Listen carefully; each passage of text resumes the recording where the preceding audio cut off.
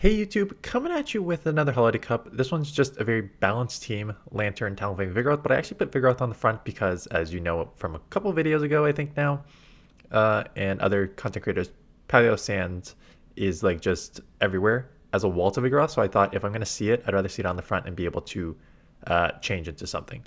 Talonflame, Lanturn, so if I don't see it in the front, it's basically staying in with almost anything, and then trying to get switched to, because Lanturn and Talonflame kind of cover each other's weaknesses overall. But with Lanturn, you see Water Gun and Spark. And in my last video, I said if I was playing this meta, I would probably go Water Gun. Because if you look at the PvP Poke rankings here, you'll see that Water Gun Lanturn is actually the third ranked Pokemon.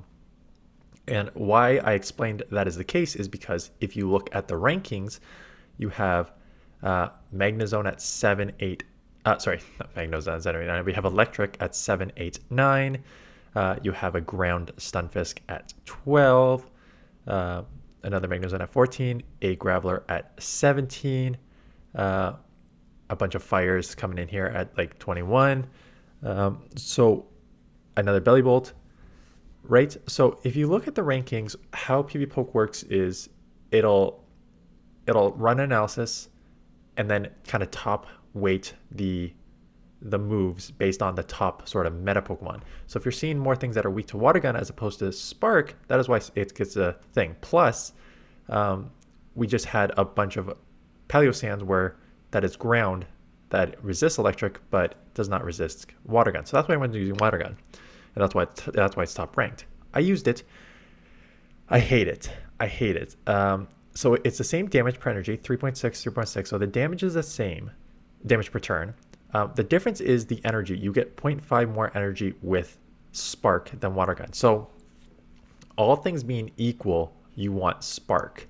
I mentioned that you only want Water Gun is if you are purposely hunting the grounds. And so like Stunfisk, Gligar, you're not even seeing Palossand's down at 192, Golurk at 205. Those, or you're purposely hunting like fires, like doing super effective there. Skelerdirge, Litleo, Talonflame, stuff like that. I mean, Talonflame is still taking super effective from electric anyways. And you don't need to too worry about Skarmory because you're gonna just kill it anyways. The problem is just doing the same damage but slower energy generation in a neutral matchup sucks. So there's two things that you need to take into consideration. So yes, I talked about that, but like look at everything else on this list. Vigoroth, Dunsparce, Stubble, Obstagoon. I didn't even talk about the dragons, but I mean, outside of Arctibax, the other dragons on this list are Altaria and Dragonite are the sort of two that most people have, and those take neutral from electric as opposed to resisted water guns. So you're giving up energy generation in these neutral matchups against like Vigoroth, Dunsparce stuff. You're giving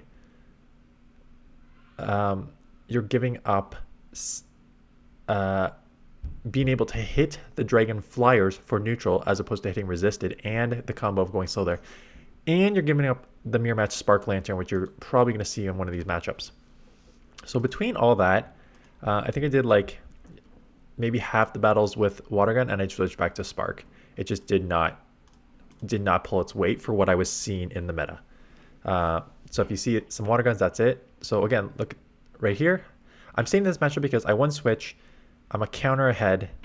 I'm going to be able to keep switch, and then I can just get my Talonflame on the Abomasnow and just light that up.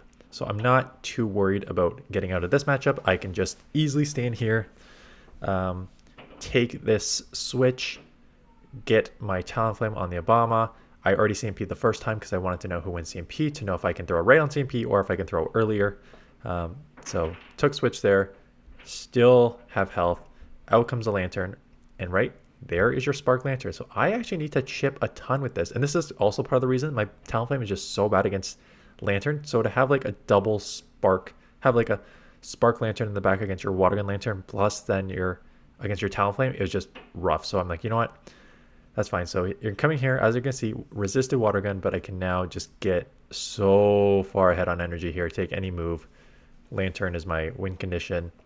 Weather Ball, not enough to take me out. I will get to a Fly, which is actually pretty helpful because this will chip, does not take out, but it'll chip, and then resisted or not, they're very low. That it's just Water Gun surf range. So they try and like farm down as early win condition, but I get the fly. What a huge improvement fly is on Talonflame. Like I did not love using Talonflame back in the day because like Brave Bird or like Flame Charge was not amazing, but like fly is a huge improvement on Talonflame. In this matchup, I always go to the rock slide and bait because I've been on the other end of this. Even a bait, like a body slam, if they let this go, puts them in counter range. Like it's like one or two more counters take them out. So there's no reason to not go body slam. And then you can just go body slam here to take them out. Most shield. And again, this is the problem with this team. Why I switched to Spark. No, they can actually farm me down. Yeah, I remember this. So two things here. One, if they don't try and like throw a move and you don't sneak a counter in, they can farm you down. I have had one where I got like 3 body slams off. And two, Spark Lantern is way better against this because I could Spark and actually be neutral. Since both Water Gun and Incinerate are neutral, I thought that it would actually be more valuable just to come in and Incinerate down because you're just getting so much energy off these Incinerates that I'm going to come out with at least a fly, right? I'll probably have to shield 1 Dragon Claw, but there's 2 Incinerates. I'll shield this. I'll get my 3rd Incinerate off to take it out and come out with a move, which could be very valuable. Yes, they took me very low, but I'm loaded with energy. So let's see what comes in. Skelerdirge. I didn't need to rush out here. So I chip with this, and then we both instant swap. And this is where, again, any neutral matchup, Spark is better. So it's just the same damage, less energy with Water Gun. So this is where now you're almost like a little bit behind. I think that I can get to 2 Surfs to take this out, or at least put it within Incinerate range. So they are building up a bit, which is nice. This actually does take them out, and now I can just, they're forcing them to throw here. They'd have to throw there, and then I probably get to another move. So same thing, we've seen this. We're gonna go the exact same strategy. Go to the rock side, just go straight body slam. Straight body slam is gonna be fine overall. They shield, not unexpected. I will shield back. Well, even I don't even think I tried it. Like, yeah, I just go straight body slam, but nice catch on the Skelerdirge. But now Water Gun, yes, Water Gun is better here, but realistically, you are going to be fine anyways with the Lanturn on Skelerdirge. So let the Shadow Ball go. Gonna have to throw here before they take me out. So again, not coming out with much energy. Coming out with the resisted move if the Dragonite comes back in. Puts me at a huge disadvantage here, because now this Dragonite is going to farm up a ton. Not having to worry about taking really like any damage here. Coming in here, trying to do the same thing. I'm just trying to get ahead on energy that I can use for whatever in the back here. So there's 2, there's 3, out comes a double. I get to the fly. Basically what I think I'd try and do is, yeah, come and counter this as much as I can, because if I can come out with the fly, I should be okay. But no, because I'm not keeping track of energy. I'm already drawing dead, because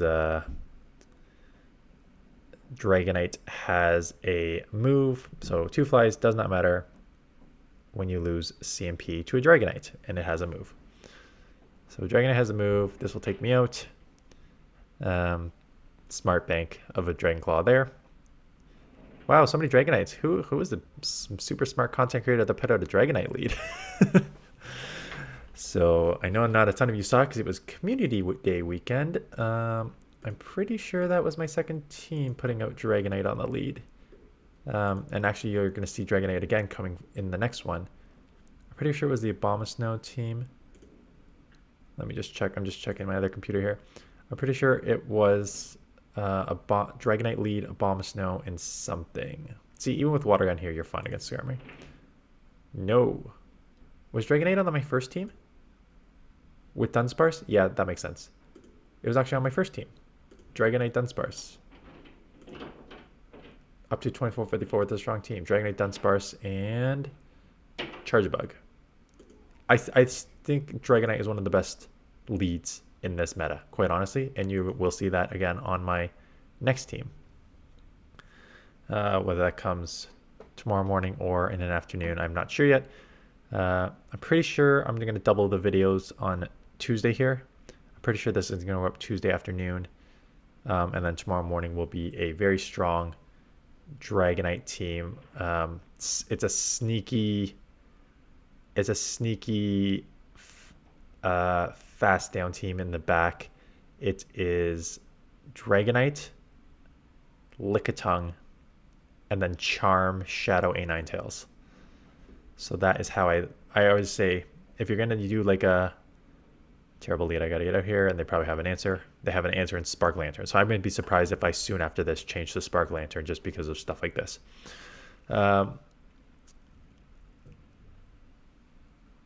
What was I saying? Oh, yeah. I always talk about this in terms of strategy. If you are going to have something like a Charm, A9tails, or something like that hidden in the back, try to pair it with Pokemon that either that you can potentially chip a lot from your opponent, but also often doesn't get shielded. Dragonite is sort of an interesting case because Shadow Dragonite is just so Dragon Breath heavy that a lot of time people will shield the Dragon Claw. But I just think one, it's super safe in this lead. And then Lickitung is one of those where it's like, yeah, the licks are adding up. Yeah, Body Slam hurts a little bit, but does it hurt a ton? No, I don't need to shield this. And then boom, Charm A9, Shadow A9 comes in and you're like, ah, crap, I'm going to get Charmed down here. And that you are. So I did pretty well with the team. I'm back up. I was up. My first team got to like 2454. I tried a bunch of other teams that didn't super work. Vigoroth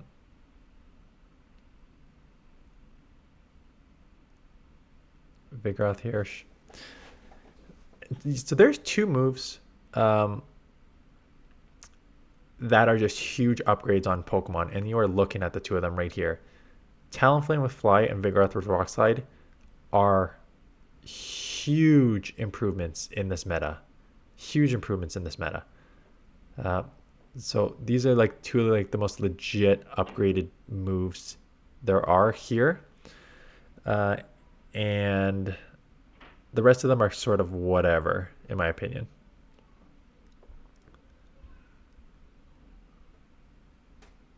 Like the Icy Wind on sorry, I already talked about this matchup in my other video. The other way, because I had Altaria Lead, I said this Rock Slide actually makes this matchup much closer than it should be. So in the 0s and 1s and 2s, it's like a sort of like awkwardly close matchup, this one, for resisting a non-stab counters. And as you see here, in the 0s, I would be able to take this if they let this go, which they probably won't. And again, wouldn't Spark Lantern be great here? So I'm going to come in and just do the exact same thing as before. Let us try to just get so far ahead on energy here that I can just kind of hurt the back Pokemon, whatever they may be. So there's 3 Talonflames. I don't think I can get all the way down before that. So I'm like, you know what? Let's just boost. Hopefully it's not a Lanturn or something coming in. So Stunfisk, I already boosted once. I know it's resisted. And I know I probably have Water Gun Lanturn. Maybe try and catch a Discharge or just chip it as much as I can. And now again, Vigoroth, awkward matchup now.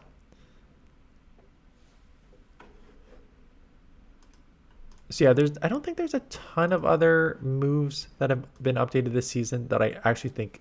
I mean, the nerf to Steelix was pretty big. You're not seeing that. Oh, Poliwrath. Poliwrath is everywhere, especially in like the regional tournaments.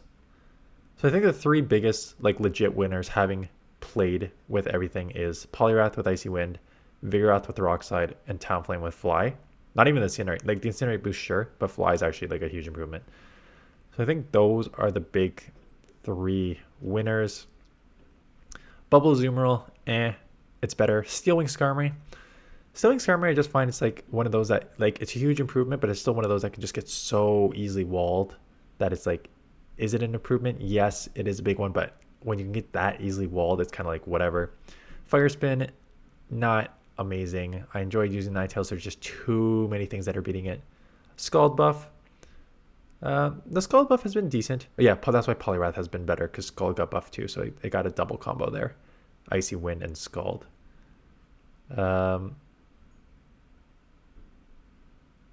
Yeah, otherwise it's kind of just whatever. The rest of these movesets.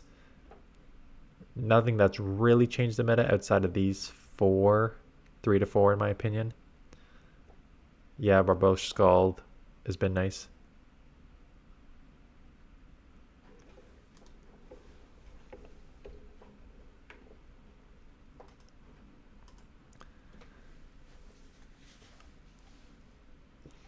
So baiting Rock Slide here, did not get it.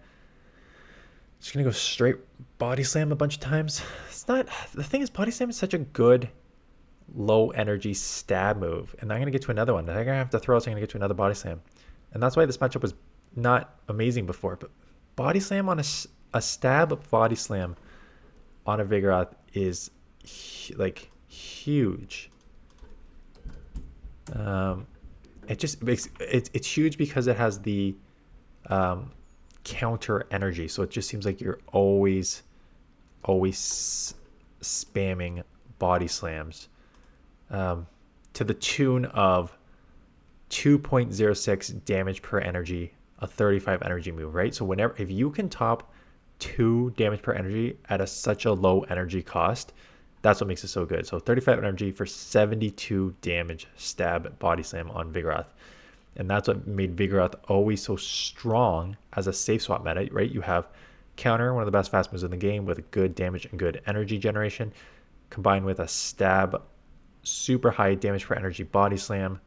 And now you have a insane coverage move that comes relatively quick with a Rock Slide.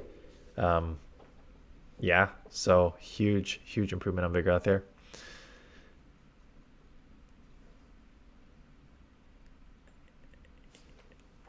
I don't think there's like a ton more to talk about this team. I'll just let the final battles play out.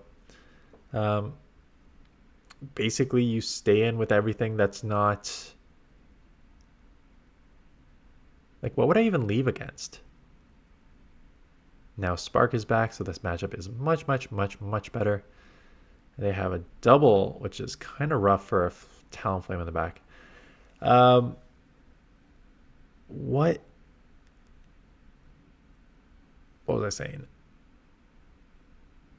What would I leave for Vigoroth? There's no like Palossand where you can't throw anything. Those ground ghosts where you can't throw anything. That's probably the only thing I'm leaving it, and that's kind of why I used Vigoroth on the lead, right? You shield this and then just farm up and then have 2 flies coming out for Dragonite.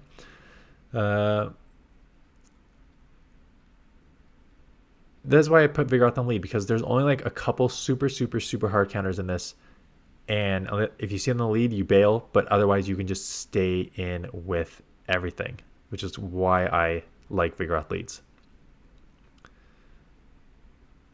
I was winning a lot of CMPs with a 4-attack Vigoroth, which is surprising to me. I got my first freeze out this season. If you watch my videos over the last season, I was talking about how like my phone would just like completely freeze and the game would just crash, and I had not had it to start the season. I had a lot of lag. I've had a lot of frame drops and lag.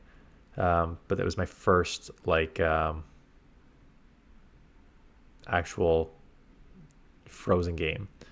I instant swapped here because obviously Lanturn and Talonflame both are going to do very well against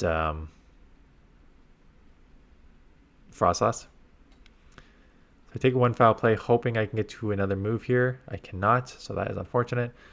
I'm probably going to force, yeah, I'm not going to be surprised if I come in here and just force their hand. Force some energy, so that way I can just come in and spark all the way down and come out with like multiple moves for the Frostlass.